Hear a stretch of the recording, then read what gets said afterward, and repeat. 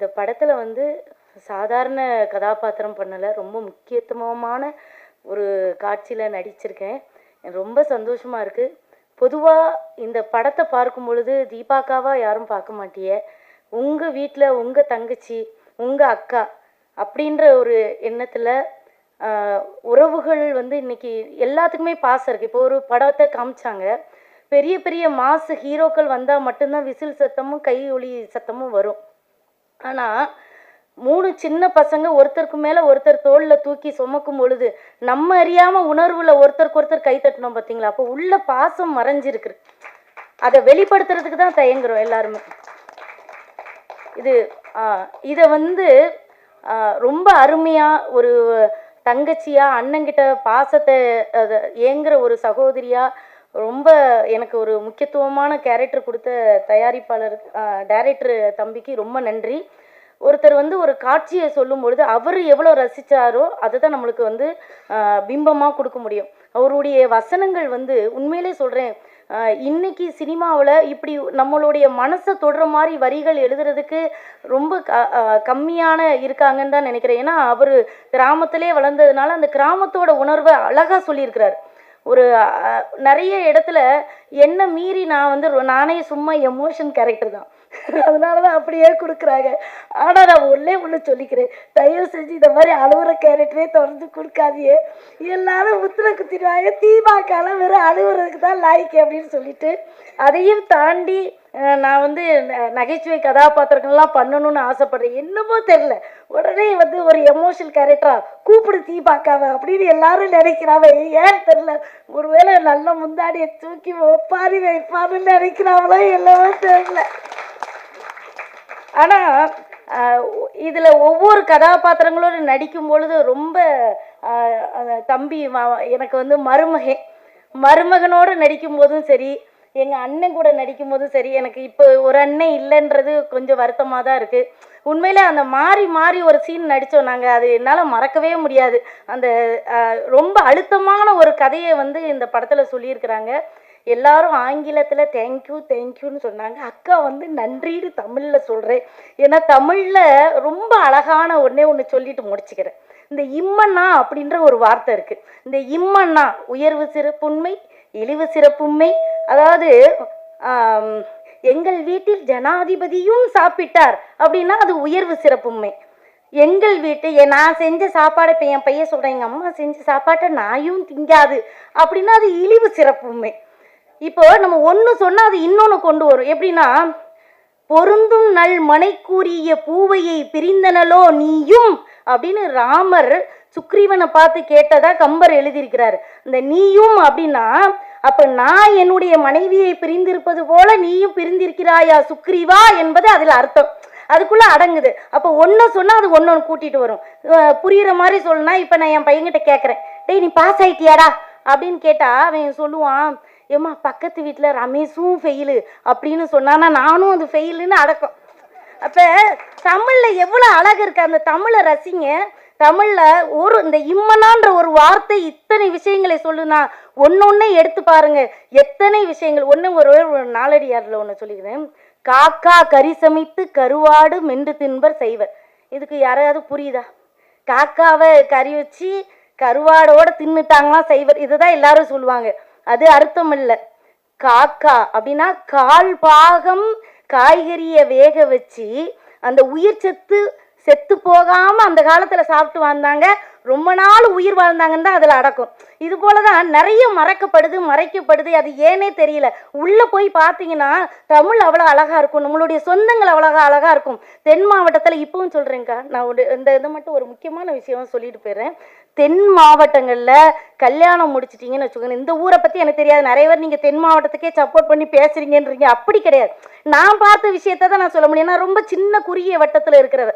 பார்த்தீங்கன்னா கல்யாணம் முடிச்சிட்டுனா மறுபடியும் எங்கள் அம்மா அப்பா வீட்டுக்கு போனால் எங்கள் அன்னிக்காரி சாப்பிடுன்னு சொன்னாதான் தட்டில் சாப்பாடே எடுத்து போட்டு சாப்பிட முடியும்.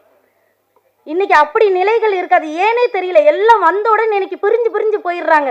சொல்லி கொடுக்கும் போதே, இப்போ என் வயசில் இருக்கிறவங்க இப்போ கல்யாணம் முடிக்கிற பொண்ணு இருந்தால் சொல்லும் போதே கல்யாணம் முடிச்சோன்னு தனி கொடுத்துன்னு போயிடணுன்றான். அது ஏனே தெரியல. தனியாக நின்னா பனைமரம் வந்து பலனே கொடுக்காது. இப்போ பனைமரத்தை பலனை பற்றி நம்ம எவ்வளவோ பேசுகிறோம், அது மேலேருந்து கீழே வர எல்லாமே பலன் கொடுக்கணும். அப்போ உறவுகளோடு இருந்தால் தான் அந்த பனைமரம் கூட பயன்படும். அப்போ நம்ம வந்து பயன்படணும்னு நினைக்கிறோமா, பயன்படாத வெறும் மரமாக செத்து போகணும்னு நினைக்கிறோமா அப்படின்னு யோசித்தா இன்னைக்கு போய் இந்த உறவுகளோடு சேர்ந்து எல்லாரும் பேசுங்க, பழகுங்க, சிரியுங்க. தாத்தாட்ட பேசுங்க, அங்கே ஏதாவது கிடைக்கும். பாட்டிக்கிட்ட பேசுங்க, அங்கே ஏதாவது கிடைக்கும். ஏதாவது அந்த அன்பை நீங்கள் அனுபவிச்சிட்டின்னு வச்சுக்கிங்களேன், அந்த அன்பை தாண்டி இந்த உலகத்தில் எதுவுமே கிடையாது. அது எதுவாக வேணாலும் இருக்கலாம். நீங்கள் வயசு முதிர்ந்துட்டுனா நோய்கள் வர்றதுக்கு காரணமே அன்பு இல்லாத ஒரே ஏக்கம் தாங்க. அதை நிறைய பேர் ஒத்துக்கவே மாட்டேங்கிறீங்க. அது தங்கச்சி மூலமாக கிடைக்கலாம், காதலி மூலமாக கிடைக்கலாம், பொண்டாட்டி மூலம் கிடைக்கலாம், யார் மூலமாவது அந்த அன்பு கிடைச்சிச்சின்னு வச்சுக்கோங்களேன், நம்ம நோய் நொடி இல்லாமல் ரொம்ப சந்தோஷமாக இருப்போம். தயவு செஞ்சு உறவுகளை பக்கத்தில் வச்சுக்காங்க, வெறுக்காதீர்கள். இந்த உறவுகள் நம்மளுக்கு கொடுக்குற பலன் வந்து ரொம்ப அதிகம் என்று சொல்லி வாய்ப்பிற்கு நன்றி வழங்கி விடைபெறுகிறேன். நன்றி, வணக்கம். போட்டு அரவணைத்து அன்பாக இருக்கின்ற எங்களுடைய வலையத்தள இணையதள பத்திரிகை நண்பர்களே, என்னுடன் சேர்ந்து பயணித்துக் கொண்டிருக்கும் இயக்குனர், தண்டட்டி படத்தின் இயக்குனர் ராஜ்குமார் அவர்களே, திலீன் சார் அவர்களே, சாருடைய டிஸ்கஷனுக்கு நான் போயிருக்கேன், கோகுல் சார் டிஸ்கஷனுக்கெல்லாம். கோகுல் சார் அவர்களே, எங்களுடைய அன்பு இளவல், எங்கள் தமிழ்நாடு திரைப்பட இயக்குனர் சங்கத்தின் செயலாளர் திரு பேரரசு அவர்களே, நான் முதலில் மிளகாய் படத்தில் நடிகராக அறிமுகப்படுத்திய எழுத்தாளர் அன்பு அண்ணன் வேலராமூர்த்தி அவர்களே, எமோஷனலாக தான் இவங்க நடிப்பாங்க அப்படின்னு ஃபர்ஸ்ட் நாங்கள் மாயாண்டி குடும்பத்தாரில் கண்டுபிடித்த எமோஷனல் நாயகி தீபா சங்கர் அவர்களே, செந்தி அவர்களே, வீரையாக நடித்திருக்கும் பாண்டியம் அவர்களே, ஹீரோவை நடித்திருக்கும் சுரேஷ் நந்தா அவர்களே, இணை தயாரிப்பாளர்களே, என்னுடன் ஆசை படத்தில் முதலாக உதவி இயக்குனராக பணிபுரிந்த நாகராஜ் கருப்பையா அவர்களே, உங்கள் அத்துணை பேருக்கும் என்னுடைய முத்தான வணக்கங்களை தெரிவிக்கிறேன். இந்த வீராய் மக்கள் ஒவ்வொரு பிரேமும் எப்படி எடுக்கப்பட்டிருக்கும் அப்படின்னு எனக்கு தெரியும். ஏன்னா மாயாண்டி குடும்பத்தார் அப்படிங்கிற ஒரு மிகப்பெரிய காவியத்தை எல்லாரும் பார்த்துருப்பீங்க. அந்த படத்தில் 10 இயக்குனர் சேர்ந்து நடித்தோம். 10 இயக்குனரும் அவங்கவுங்க சீனை இந்த சீனை ஸ்கோர் பண்ணணும்னு சொல்லி ஒரு சேலஞ்ச் எடுத்து பண்ணணும். அந்த இடத்துல தீபாவுக்கு அங்கே இருந்தாங்க. அவங்க சீன் எடுக்கும்போது ஒட்டுமொத்த யூனிட்டே ஸ்பாட்லேயே எழுதும். இது உண்மை, இது யாருமே மறுக்க முடியாது. அந்த மாயாண்டி குடும்பத்தாரில் வந்து மாயாண்டி மவனும் புருபண்டு போயிட்டான்னு ஒரு கதருவாங்க நடு ரோட்டில் உட்காந்துட்டு. அந்த சீனு அந்த படத்தையே அப்படி ஒழுக்கிருச்சு. அப்படி ஒரு ஆழமான நடிப்பை வழங்கினவங்க தான் அவங்க. மாயாண்டி குடும்பத்தில் எவ்வளோ பேர் பிஸியானு தெரியாது, தீபாக்கா பயங்கர பிஸி. அதுலேருந்து அந்த படத்தில் பார்த்தீங்கன்னா நான் வந்து ஒரு ரத்தமும் சதையுமா, நான் மதுரை மண்ணில் அந்த கேரக்டரை எப்படி பண்ணுவாங்கிற விஷயத்த ரத்தமும் சதையுமா கண்ணில் மீசையில் உதரில் அப்படி தொடையை தட்டி நோலி மேனன்னு சொல்கிற வசனம்லாம் இன்னைக்கு உசிலம்பட்டி மதுரை ஏரியாக்கெல்லாம் அந்த படத்தை ஒவ்வொரு சீரியையும் வாங்கி பார்த்துட்டு இன்னைக்கு அந்த படத்தை 50 தடவை 60 தடவை 100 தடவை பார்த்தவங்களாம் இருக்காங்க. இங்கே சென்னையில் ஆட்டோ ஓட்டுற ஒவ்வொரு டிரைவர்ஸும் போகும்போது அண்ணே மாயாண்டி தடவை படம் பண்ணுங்கண்ணே, அந்த படத்தை நான் குடும்பத்தோடு பார்ப்போம்னே, ஊர்னா வந்ததுண்ணே, ஊர்னா வர்றப்பெல்லாம் அதானே பார்ப்போம்னே, எங்கள் அண்ணன் தம்பியில் அந்த படத்தை பார்த்தா நான் ஒன்று சேர்ந்தோம், அடிச்சுட்டு தெரிஞ்சோம்னே, இப்படி பேசுவாங்க. அந்த மாதிரி ஒரு காவியம் மாயாண்டி குடும்பத்தார். அதற்கு ஈடையான வெற்றியை அந்த வீராய் மக்கள் பெரும் நான் நம்புகிறேன். ஏன்னா 150 கோடி 500 கோடி 1000 கோடி சினிமாவை பற்றி சமூக வலைதளங்களை பார்க்கும்போது சின்ன படங்களுக்குலாம் ஒரு பீதியும் பேதியும் ஏற்படுறது உண்மை. இயக்குனர் ரஞ்சித் அவர்களே சொல்லியிருக்காங்க, இன்னைக்கு சின்ன படங்களை ஓட்டிகிட்டே வாங்க மாட்டாங்கன்னு சொல்கிறாங்க. படத்தில் வந்து உட்காந்துட்டீங்கன்னா நீங்கள் சின்ன படம் பெரிய படம்னு பேதம் பார்க்குறதே இல்லை. நல்லா இருந்தால் கை தட்டுவீங்க, நல்லா இருந்தால் எவ்வளோ பெரிய படம் நினச்சி போயிருவீங்க. உண்மைதானே? அப்போ இந்த மாதிரி படங்கள் ஓடும்போது பத்திரிகையாளர்கள் அதாவது ஆராதனை செய்து நீங்கள் இது வந்து கொண்டாடும் போது நாகராஜ் கருப்பையா போன்ற ஒரு 25 வருஷ போராட்டமான இயக்குநர்கள்லாம் மேலே வரணும். ஜெயித்தவர்களே திரும்பி ஜெயிக்கிற சந்தோஷம் இருக்கு எவ்வளவோ, அதை விட ஜெயிக்க துடிப்பவர்கள் ஜெயிக்கிறது எவ்வளவு பெரிய சந்தோஷங்கிறது ஜெயிச்சவங்களுக்கு தான் தெரியும். அது ஒரு பெரிய வலி. அந்த வலியிலேருந்து மீண்டு வர சுகம் இருக்கு தெரியுமா, அது வந்து பேரின்பம். அந்த பேரின்பத்தை கடவுள் இந்த படத்தின் மூலமா என்னுடைய அன்பு தம்பி நாகராஜ் கருப்பையா கொடுக்கணும்னு வேண்டிக்கிட்டு இந்த படத்தை எல்லாரும் ஆதரிங்க. அனைவருக்கும் நன்றி. இந்த மேடையை வந்து எனக்கு மிக நெருக்கமான, மனசுக்கு பிடிச்ச மிக நெருக்கமான இயக்குநர்கள்லாம் நிறைஞ்சிருக்கிறீங்க. எத்த இசை வெளியீட்டு விழாவில் இத்தனை இயக்குநர்கள் இப்படிப்பட்ட ஆட்கள் வந்து உட்கார்றது அறிவு. ஒருத்தர் 2 பேர் முக்கியமான ஆள் இருப்பாங்க, அப்புறம் ஒரு 2-3 பேர் இருப்பாங்க, இப்படி இருப்பாங்க.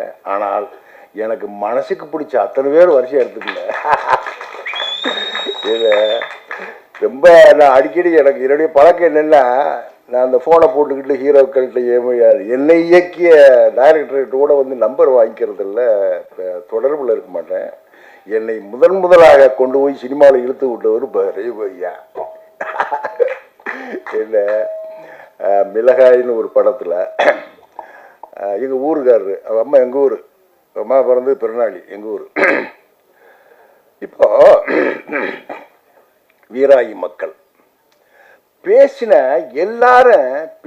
எல்லாரும் இந்த படம் வந்து வாழ்வியலை சொல்லுது, உறவு முறையை சொல்லுது, அந்த குடும்ப விஷயங்களை சொல்லுதுன்னு ஒவ்வொருத்தரும் பேச ஒரு இயக்குனர் இந்த படத்தை இயக்குனர் என்ன பண்ணியிருக்கணும், கேட்க அப்படி கம்பீரம் பண்ணிருக்கணும், அப்படி சந்தோஷமா நின்றுருக்கணும் இல்லையா? இந்த நாகராஜ் மூஞ்சியில இல்லை சந்தோஷம் இருந்துச்சு, யாரா பார்த்தீங்களா? சிரிக்கவே இல்லை. ஒவ்வொருத்தரும் பேச மரியா பேசுறதுலேருந்து பேரரசு பேச வரிசையா, சங்கையா பேசுறதுலேருந்து கோவில் வரிசை பேசுறதெல்லாம் இப்படி அழுகிறாரு. கண்ணீர் தான் வரல, பொங்குது வரல. ஏன்னா அவர் அந்த புதுக்கோட்டைக்காரரு அந்த அறந்தாங்கி அந்த மக்களையும் மண்ணையும் எல்லாரும் சொல்லுவோம், எழுத்தாளர்கள்லாம் சொல்லுவோம், மண்ணையும் மக்களையும் அப்படியே பிசைஞ்சு நான் கொடுத்துருக்கிறேன், எழுதியிருக்கிறேன்னு சொல்லுவோம், எல்லாரும் சொல்லுவோம். ஆனால் அதாவது இந்த புற விஷயங்களை எழுதி போடுற எழுத்தாளர் நிறையா இருக்கான். இந்த உள்ளுக்குள்ள இருக்கிற சின்ன அந்த உணர்வுகள் இருக்கு பார்த்தீங்களா, ஆத்தாளுக்கும் பிள்ளைக்கும் உள்ளது, என்ன அண்ணனுக்கும் தங்கச்சிக்கும் உள்ளது, அண்ணனுக்கும் தம்பிக்கும் உள்ளது, இந்த உறவுகள் நுட்பமா பிடிச்சு கொண்டு போய் இந்த ஆள் படம் பண்ணியிருக்காங்க. அதாவது இவர் எழுதி கொடுக்குற விஷயம் வசனங்களையெல்லாம் டயலாகையெல்லாம் பேசிட்டு நான் தீபாக்கா பாண்டியக்கா எல்லாரும் நாங்கள் பேசுகிறவங்க அழுவான். இவர் அந்த டயலாக் சிரிச்சுக்கிட்டே கொடுப்பாரு. இவர் சிரிச்சுக்கிட்டே கொடுக்குற அந்த டயலாக் எல்லாம் நாங்கள் பேசுகிற போதெல்லாம் நடிக்கிற போதெல்லாம் அழுவோம். என்ன இப்படி உண்மையிலேயே இன்னொன்று இன்னைக்கு இருக்கிற தமிழ் சினிமாவில் வந்து ஆளை பாருங்க, 2வது படம் பண்ணி அடையாளம் தெரியாமல் நிற்கிறாரு. என்ன இவர் ஒரு மிகப்பெரிய கதை சொல்லி இன்னொன்று இவரை மாதிரி வாழ்ந்த வாழ்க்கையை மொழிக்குள்ள கொண்டு வந்து வசங்களுக்குள்ள கொண்டு வந்து பாத்திரங்களை ஆக்கி காட்சியாக்குறதுல பெரிய வல்லவன்.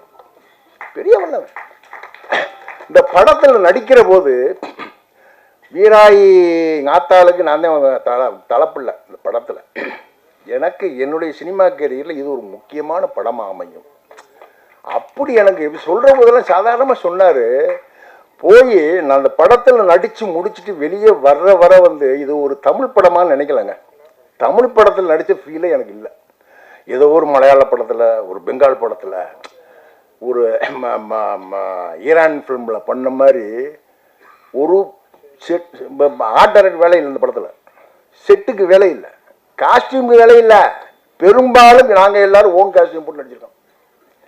ஆமாம், அந்த வீடுகளும் திண்ணைகளும் கூரைகளும் உடஞ்ச ஏணி படிகளும் தெருக்களும் அப்படியே அண்ணன் வெள்ளத்தில் பூரா இப்போ அந்த குலசேகரமங்கல் தங்கிட்ட தான் போய் எடுக்கிறோம். அந்த ஏரியாவில் வீரசிகாமணி அந்த ஏரியாவில் இப்போ நான் ஷூட் போனது. எந்த இடத்துலையும் ஒரு அழகான கட்டடத்தை, புது கட்டடத்தை அவர் நம்ம வீராய் மகன் பெரியாள் ஒரு பெரிய ஒரு சுமாரான வீட்டை காட்டும் நினைக்கல அவர்.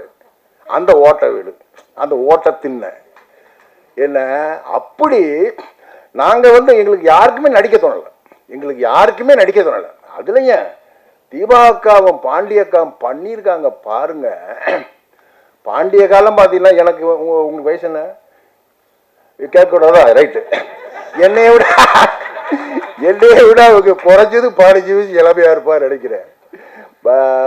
கவிதா கூட சொன்னாங்க 70 வயதில் ஆரோக்கியமா எப்படி இருக்கு வேதாபத்திரிகள். எனக்கு 72 வயசு, 73 வயசு எனக்கு. இல்லை என்னைய விட அவங்க 15 வயசு கம்மியாக தான் இருப்பாங்க நினைக்கிறேன். எனக்கு ஆத்தாவை நடிக்கிறாங்க. பார்த்தா அந்த படத்தில் என்ன இந்த கிராமிய படங்கள், தமிழில் வர்ற கிராமிய படங்கள், குறிப்பாக தென் மாவட்ட படங்கள், அது குறிப்பாக அந்த தேனி உசிலம்பட்டிக்கு போயிடுச்சாங்க. நடிக்கிற பொம்பளைகள்லாம் ஒரு இழுப்பாக டயலாக்ல ஒரு இழுத்து பேசணும்னு ஒரு கண்டிஷன் வச்சுருக்காங்க. ஆனால் இந்த படத்தில் இந்த படம் வந்து ஒரு மதுரையவோ தூத்துக்குடியவோ உசிலம்பட்டியவோ புதுக்கோட்டையவோ வந்து ஒரு லேண்ட்மார்க் பண்ணலை. புதுப்படையும் நடிச்சிருக்கான். ஆனால் தெக்கத்தி தமிழ் அது. ஏன்னா இந்த பாண்டியக்கா பேசுகிற டயலாக் எல்லாம் பார்த்தீங்கன்னா அங்கிருங்க அப்படி உயிர்லேருந்து வருங்க. உயிர்லேருந்து ஏப்பா முத்தவனே ஏண்டா வேணாம்டா என்ன கேட்குற போது நமக்கு உருகும். எனக்கு சொல்லவே வேண்டியதில்லை. என்ன நான் இத்தனை வருஷமாக கேட்டதில்லை. 10 வருஷத்துக்கு 11 வருஷம் நடிச்சுக்கிட்டு இருக்கேன் சினிமாவில். இத்தனை படங்கள் இத்தனை படங்கள் நடிச்சிருக்கல. நான் கிளிசரின் போட்டு நடிச்சதே இல்லை. பார்த்து அந்த சீனுக்குள்ளே போக அப்படின்னு நினைச்சோன்னு அழுவேன். கண்ணீர் வந்துடும். என்ன நான் கிளிசரின் போட்டதே இல்லை. பாண்டியக்காவும் அது தீபாக்காவுக்கு எனக்கு ஒரு சீன் இருக்கு இந்த படத்தில். என்ன போட்டியான் நானாண்டியான்னு பார்த்துருவோன்னு தான் பார்த்தேன் அன்னைக்கு. அந்த சீனில் நல்லா இருந்துச்சு. என்ன வந்து அல்லே வரும் அப்போ தட்டி விடுவேன். இல்லை அப்படி ஒரு சீனை நான் சும்மா தீபாக்காவும் பாண்டியக்காவும் பேசி பெருமைப்பட்டுக்கிற விஷயம் இல்லது. நாகராஜ் என்ன அப்படி ஒரு அற்புதமான ஒரு கதைக்காரன், வசனகர்த்தா, வாழ்க்கையை தெரிஞ்சவன், வாழ்க்கையை வந்து எழுத்துல கொண்டு வந்து காட்சிப்படுத்தி படமாக்கணும். அப்படி ஒரு பெரிய வாய்ப்பை நாகராஜ் பண்ணியிருக்காரு.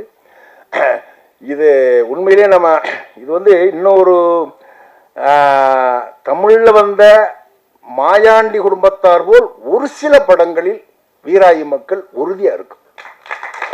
தமிழில் வந்த கிராமிய வாழ்க்கையை சொன்ன நல்ல படங்களில் நிச்சயமாக வீராயி மக்கள் ஒரு படமாக இருக்கும். சுரேஷ் நந்தா அவர்களுக்கும், இணை தயாரிப்பாளர் அண்ணன் வெள்ளைத்துறை அவர்களுக்கும், அருண்குமார் அவர்களுக்கும், சுரேஷ்குமார் அவர்களுக்கும், சாய் அவர்களுக்கும், என்னுடைய குழுவினருக்கும் என்னுடைய நன்றியை தெரிவிக்கிறேன். வீராயி மக்கள் வந்து இது நான் பார்த்த வாழ்க்கை தான். எங்கள் கிராமத்தில் அறந்தாங்கிலேருந்து 35 கிலோமீட்டர் இருக்க ஒரு கிராமம் தீயத்தூர். அங்கே வானம் பார்த்த பூமி. ஆனால் வருஷம் மழை பெஞ்சிடும். அந்த மண்ணில் நான் பார்த்த மனுஷங்களுடைய வாழ்க்கை தான் வீராயி மக்கள். அவங்களுடைய கோபம், அவங்களுடைய பாசம், அவங்களுடைய அன்பு, அவங்களுடைய அழுகை, இதுதான் வீராயி மக்களாக வந்திருக்கு. அழகென்ற சொல்லுக்கு அமுதான்னு ஒரு படம் பண்ணேன் ஒரு 7 வருஷத்துக்கு முன்னாடி. நல்ல ரிவ்யூஸ் கிடச்சிது எனக்கு அந்த படத்தில். பத்திரிகைகள் எல்லாமே அந்த படத்தை பிரமாதமாக எழுதியிருந்தாங்க. ஆனால் கமர்ஷியல் ஹிட்டு கிடைக்கல எனக்கு. ஒருத்தர் படம் பண்ணாமல் எவ்வளோன்னா கஷ்டப்படலாம். படம் பண்ணிவிட்டு கஷ்டப்படுறது வந்து ரொம்ப கடினமான ஒரு வழி. அதை கடந்து நான் வந்துடணும்னு தீவிரமாக நான் எழுதின கதை தான் வீராயி மக்கள். இது முழுக்க மண் சார்ந்த வாழ்வியலை சொல்கிற ஒரு படமாக வந்திருக்கு. எப்போவுமே எல்லாத்துக்குமே கனெக்ட் ஆகிற ஒரு விஷயம் சென்டிமெண்ட்டு. அந்த சென்டிமெண்ட் வந்து எல்லாத்துக்குமே ஒரே தான். அது கிராமம் நகரம் எங்கே இருந்தாலும் அந்த சென்டிமெண்ட்டை கரெக்டாக சொன்ன இயக்குனர்கள் மிகப்பெரிய லெவலில் ஜெயிச்சிருக்காங்க. நான் பார்த்த படங்கள் தான் எனக்கு இன்ஸ்பிரேஷனாக இருந்திருக்கு. கிழக்கு சீமையிலே, வருஷம் 16, கேளடி கண்மணி, ராசாவின் மனசில், கிழக்கு வாசல் அப்படின்னு 90களில் நான் பார்த்த படங்கள் தான் என்னை சினிமாவுக்கு நோக்கி என்னை தள்ளிச்சு. இளையராஜா அவர்களுடைய இசையும் எனக்கு மிகப்பெரிய இன்ஸ்பிரேஷன் கொடுத்து சினிமா மேலே நான் வர்றதுக்கு. அந்த தேடுகளோட சினிமாக்குள்ளே வந்து வாய்ப்புகள் தேடி அலையும் போது என்னை முதலாக அசிஸ்டன்ட் டைரக்டராக சேர்த்துக்கிட்ட ரவிமையா சார் இங்கே வந்திருக்காரு. அவருக்கு என்னுடைய நன்றி. சூப்பர் குட் ஃபிலிம்ஸில் தான் நான் முதல்ல அசிஸ்டன்ட் டைரக்டராக ஒர்க் பண்ணேன். அதுவே எனக்கு பெரிய சந்தோஷமான நிறைவை கொடுத்துச்சு. அதுக்கு பிறகு ஒவ்வொரு கட்டத்திலையும் என்னை நகர்த்தி கொண்டு போன என்னோட நண்பர்கள், என்னுடைய நெருக்கமான நண்பர் இயக்குனர் லெனின் பாரதி சார் வந்திருக்காரு. அவருக்கு கொஞ்சம் நன்றி. கோகுல் சார் கூட நாங்கள் நிறைய ட்ராவல் ஆகியிருக்கேன். நாங்கள் சக்தியும் படத்தில் வந்து ஒன்றா ஒர்க் பண்ணோம். நான், கோகுல் சார், திரு சார் எல்லாமே ஒர்க் பண்ணோம். ஸோ அப்போலேருந்து கோகுல் சார் என்னுடைய கதைகள் மேலேயும் என் மேலேயும் மிகப்பெரிய நம்பிக்கையை வச்சுருந்தார். எனக்கு எப்போவுமே நல்ல ஒரு கைட் பண்ணிகிட்டே இருப்பார். சுசீந்திரன் சார் இந்த ஸ்டேஜில் இல்லை. அவர் எனக்கு முக்கியமான ஒரு சினிமாவில் வழிகாட்டியாக இருந்தார். அவருடைய ஆதரவால் காதல் செய்வும் பாண்டிய நாடும் எனக்கு பெரிய சினிமா மேலே ஒரு நம்பிக்கையை கொடுக்கறதுக்கு ஒரு பெரிய ஒரு உந்துதலாக இருந்தது. அந்த 2 படத்தில் நான் அவர் கூட இருந்தேன். இந்த படத்தை பற்றி சொல்லணும்னா, வேலராமதி சார் வீராய் மக்கள் கதை எழுதிட்டு நான் தயாரிப்பாளர் சுரேசனந்தா அவர்கிட்ட நான் சொல்லும்போது அவர்கிட்ட நான் சொன்ன ஒரே விஷயம் என்னென்னா, இந்த கதையில் வேலா சார் இல்லாமல் இந்த படத்தை நம்ம ஸ்டார்ட் பண்ண போக முடியாது, அதுக்கு நீங்கள் எந்த ஆர்டிஸ்ட் கொடுத்தாலும் நான் ஒத்துக்க மாட்டேன். ஏன்னா அந்த உடல் மொழியை, அந்த மண்ணுடைய அந்த அந்த பாடி லாங்குவேஜை அவர்கிட்ட தான் நான் பார்த்துருக்கேன் சினிமாவில் சமீப கால படங்கள்லாம். மதையானை கூட்டமும் கிடாரி ரெண்டு படம் போதும் அவர் சிறந்த நடிகர்னு எல்லாத்துக்கும் சொல்கிறதுக்கு. அப்படி ஒரு எக்ஸ்பிரஷன்ஸ் அந்த இதில் இருக்கும். அந்த 2 படமே எனக்கு பயங்கரமாக பெரிய இதாகிடுச்சு. எமோஷ்னலாக கோபமான வேலை சாரை அப்படியே சாந்தமான அன்பான ஒரு பாசமான மனுஷனாக நான் காட்டணும். நான் எழுதி மருதமுத்துங்க இந்த கேரக்டரை அவர் பிரமாதமாக அந்த ஸ்க்ரீனில் கொண்டு வந்து சேர்த்துட்டார். அது வந்து மிகப்பெரிய இந்த படத்துக்கு ப்ளஸ்ஸாக அமைஞ்சிருக்கு. அப்புறம் தீபாக்கா அவங்கள பற்றி சொல்லணும்னா, கிராமங்களில் வந்து அண்ணன் தம்பிகளுக்குள்ள பிரச்சனை, உறவுமுறைகளுக்கு சிக்கல்கள்னால் அதில் ஃபஸ்ட்டு பாதிக்கப்படுறது தங்கச்சி தான். ஏன்னா ஒரு அண்ணன்கிட்ட பேசினா இன்னொரு அண்ணன் கோச்சிப்பார், இன்னொரு தம்பி கோச்சிப்பான். அப்படி உடஞ்சி கிடக்கும்போது அந்த அத்தைகளுடைய பெயின் இருக்குல்ல, அதை நான் கண்மடி பார்த்துருக்கேன். நம்ம ஊருக்குள்ளே போனாலே எங்கள் அத்தை என்னை பார்த்து அழுதுகிட்டே போவாங்க. எங்கள் குடும்பத்தில் அவங்க கொஞ்ச நாள் பேசலை, எதுக்கு அழுகுறாங்கன்னே தெரியாது. ஏன்னா அண்ணன் பையனை அவங்க பிள்ளைய தான் அவங்க பார்ப்பாங்க. அப்படி ஒரு அத்தையை ஸ்க்ரீனில் கொண்டு வரணும்னா நான் தீபாக்க கேட்டேன், நான் வடிவு கேட்டேன், நான் எழுதினேன். அதை பிரமாதமாக அந்த அந்த அந்த அந்த கலாச்சாரத்தோட அந்த மண்மனம் மாணாத யதார்த்தத்தோட அவங்க ரொம்ப அழகாக கொண்டு வந்துருந்தாங்க. அப்புறம் மாரிம் சார், அவர் வந்து இந்த ஸ்டேஜில் இருக்கணும் ரொம்ப ஆசைப்பட்டோம். அவருடைய இழப்பு ரொம்ப ஈடு செய்ய முடியாத ஒரு இழப்பாக ஆயிடுச்சு. இந்த கதைக்கு அவர் கொடுத்த ஒத்துழைப்பு மறக்க முடியாது. ஒரு குடும்பமாக எல்லாருமே இந்த படத்தில் கோஆர்டினேட் பண்ணி தான் இந்த படத்தை நாங்கள் பண்ணோம். சிந்தியா மேம் அவங்க ஒரு நெகட்டிவ் ஷேடோ கேரக்டர், அங்கம்மான்னு ஒரு கேரக்டரு. அதை வந்து அது கிராமத்திலலாம் பார்த்தீங்கன்னா ஒரு சண்டை ஒரு ஆரம்பித்தாங்கன்னா, யாரோ ஒரு ஆடு மேய்ஞ்சதுக்கு, ஒரு கோழி மேய்ஞ்சதுக்கு, ஏதோ ஒரு சின்ன ஒரு விஷயம் நடந்திருக்கும். அதை வந்து அவங்க பேச ஆரம்பித்தாங்கன்னா, தண்ணி தூக்க போகும்போது பேசுவாங்க, புல்லு கட்டுத்திட்டு போகும்போது பேசுவாங்க, ஆடு விரட்டிட்டு போகும்போது பேசுவாங்க. முதல் நாள் தான் சண்டை முடிச்சு நம்ம விட்டோம்னா அது 2வது நாள் ஆரம்பிச்சுவாங்க. ஒரு சண்டை 1 வாரம் 1 மாதம் வரைக்கும் போயிட்டே இருக்கும். அவங்க திட்டிகிட்டே இருப்பாங்க. இதெல்லாம் நம்ம நிறைய கிராமங்களில் பார்த்துருக்கோம். ஸோ அந்த மாதிரி ஒரு கேரக்டரை நான் வந்து ஸ்க்ரீனில் கொண்டு வரணும்னு நான் நினச்சேன். அதே அந்த நெகட்டிவ் ஷேடோ கேரக்டர் எமோஷனலாக ஒரு காலத்தில் பாசிட்டிவாக மாறுற ஒரு விஷயம் இருக்கு இல்லையா, அது சடன்னு நடந்துடும். அதை வந்து ரொம்ப அழகாக சிந்தியா மேம் பண்ணியிருக்காங்க. ரமா மேம் வந்து இதில் வேலா சார் அந்த குடும்பத்தில் மூத்த மருமகளை பண்ணியிருக்காங்க. சாரோடைய ஒய்ஃபாக நடிச்சிருக்காங்க. எல்லா குடும்பங்கள்லையுமே பார்த்தீங்கன்னா அம்மா தான் வந்து தியாகத்தோட மொத்த உருவமாக இருப்பாங்க. எல்லாத்தையும் கூட்டு குடும்ப வாழ்க்கையில் பார்த்தீங்கன்னா ஒரு 20 பேர் 25 பேர் இருப்பாங்க. எங்கள் அம்மா அப்படி இருந்திருக்காங்க.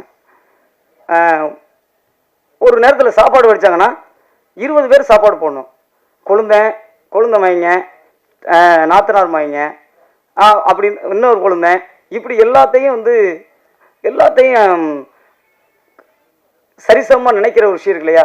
அவங்களுக்குள்ள சின்ன சின்ன விஷயங்கள் முரண்பாடுகள் இருந்தாலும் அதையெல்லாம் அப்படியே வந்து அப்பா சித்தப்பா எல்லாம் கோபமாக இருந்தால் கூட அவங்க எல்லாத்தையும் அதை பேலன்ஸ் பண்ணி அந்த குடும்பம் உடையாமல் அப்படியே கொண்டு போகிறது அம்மாக்கள் தான். அம்மாக்களுடைய தியாகத்தில் தான் இன்னும் நிறைய கூட்டு குடும்பம் இங்கே வாழ்ந்துட்டு இருக்காங்க. ஸோ அப்படி ஒரு கேரக்டரை ரமா மேம் வந்து ரொம்ப நல்லா பண்ணியிருக்காங்க. அவங்களுக்கு என்னுடைய நன்றி. அப்புறம் இணை தயாரிப்பாளர் இளத்துறனை பற்றி சொல்லணும். அவர் வந்து இந்த படம் கதை எழுதின பிறகு பாண்டியன் இந்த கதை எழுதின பிறகு நான் வெள்ளத்துறனை போய் பார்த்தபோது ஃபஸ்ட்டு இந்த படத்தில் அவர் இணை தயாரிப்பாளர் வர்றதுக்கான விஷயங்கள் இல்லை. ஸோ அப்புறம் வந்து இந்த படத்தோட பாடல்களை கேட்டார், கதையை கேட்டவுடனே இந்த படத்துக்கு நானும் ஒரு சப்போர்ட் பண்ணுறேன் தம்பி அப்படின்னு சொல்லிட்டு இந்த படத்துக்கு அவர் பட்ட உழைப்பை வந்து நான் சாதாரணமாக சொல்ல முடியாது. அவ்வளோ போல் எங்களை எல்லாத்தையும் அரவணைச்சி ஒரு ப்ரொடியூசர் மாதிரி அவர் நடந்துக்கல, ஒரு ப்ரொடக்ஷன் மேனேஜர் மாதிரி ஒரு எல்லா விஷயத்துலையுமே அவர் வந்து காலையிலேருந்து சாயங்காலம் வரைக்கும் படத்துக்கான விஷயத்தை மட்டுமே எஃபெக்டிவாக செஞ்ச ஒரு வெள்ளத்தூர் அண்ணன், அவருக்கு என்னுடைய நன்றி. சுரேஷ் நந்தா என்னுடைய தயாரிப்பாளர், அவர் வந்து நானும் அவரும் ஒரு ஷூட்டிங்லாம் மீட் பண்ணோம். அதுக்கு பிறகு அவர்கிட்ட வந்து இந்த கதையை சொன்னேன். கதையை சொன்ன நாள்ல இருந்து இந்த கதையை நம்ம பண்ணணும்னு சொல்லி ஒரு 3 வருஷமாக அந்த கதைக்கான ட்ராவல் நாங்கள் பண்ணிகிட்டே இருந்தோம். அதுக்கு பிறகு ஒரு நாள் சார் இதை ஆரம்பிச்சிடலாம் அப்படின்னு. அடுத்த ஷெட்யூல் எப்படி வரும்னு எங்களுக்கு தெரியல, நம்பிக்கை மட்டும்தான் இருந்துச்சு. இந்த படம் கண்டிப்பாக முடிஞ்சு ஒரு ஆடியோ லான்ச் நடந்து ரிலீஸ் ஆகணும், அந்த நம்பிக்கையோட தான் இந்த படத்தை நாங்கள் ஆரம்பித்தோம். இன்றைக்கி இந்த ஸ்டேஜில் வந்து நின்றுருக்கோம். அதுக்கு அவருடைய ஒத்துழைப்பு தான், சினிமா மேலே அவருக்கு உள்ள நேசிப்பு தான் இந்த படம் இவ்வளோ சிறப்பாக வர்றதுக்கு காரணம். அவருக்கு என்னுடைய நன்றி. பாண்டியக்கா வீராய் கேரக்டர் படத்தோட டைட்டில் ரோல் பண்ணியிருக்காங்க. இந்த படத்தில் அவங்க போட்ட எஃபெக்ட், அவங்களுடைய ஒத்துழைப்பு வந்து ரொம்ப நல்லா இருந்துச்சு. படம் ஸ்டார்டிங் டு எண்டு வரையும் அவங்க வந்து அந்த கேரக்டராகவே இருந்தாங்க. எல்லாத்தையுமே அந்த சாந்தமாக பாசமாக அன்பாக அவ்வளோ தூரம் எங்களுக்கு வந்து இந்த கேரக்டரை உள்வாங்கி தென் மாவட்டத்தில் உள்ள வீராய், நான் பார்த்த வீராய் கேரக்டரை ரொம்ப அழகாக ஸ்க்ரீனில் கொண்டு வந்தாங்க. அவங்களுக்கு என்னுடைய நன்றி. மற்றும் படத்தில் நடித்திருக்க அத்தனை நடிகர்களுக்கும் என்னுடைய நன்றி. குறிப்பாக என்னுடைய technical team, music director Deepan Chakravarthy, cameraman M Srinivasan, editor Muganvel, art director Ravees, பாடலாசிரியர் Madhurakavi sir, PRO Sathish sir. இந்த படத்துக்கு நீங்கள் கொடுத்த ஒத்துழைப்பு மறக்க முடியாது. உங்கள் அனைவருக்கும் என்னுடைய நன்றி. வேலுமணி அண்ணன் படத்தோட ப்ரொடக்ஷன் மேனேஜர். அவர் வந்து ஒரு ப்ரொடக்ஷன் மேனேஜர் மாதிரி இல்லாமல் எங்கள் கூட பிறந்த அண்ணன் மாதிரி இந்த படத்தை எப்படியாச்சும் கரெக்டாக கொண்டு போய் சேர்க்கணுங்கிறதுல பிகினிங் டு எண்டு வரையும் இன்னைக்கு வரையும் அவருடைய உழைப்பு மறக்க முடியாத ஒரு விஷயமா இருக்குது. அவருக்கு எங்களுடைய நன்றி. இந்த படத்தில் எங்கூட ஒர்க் பண்ண என்னுடைய இணை துணை உதவி இயக்குனர்கள், அவங்களுக்கு என்னுடைய நன்றி. அவங்க தான் முழுக்க இந்த படத்தில் பிகினிங் டு எண்டு வரையும் எங்கூட ட்ராவல் ஆனாங்க. என்னுடைய நண்பன் ரத்னவேலு என் கூடவே இந்த படம் ஸ்டார்டிங் டு எண்டு வரையும் இப்போ வரைக்கும் எங்கூட நிற்கிற என் நண்பன் ரத்னவேலு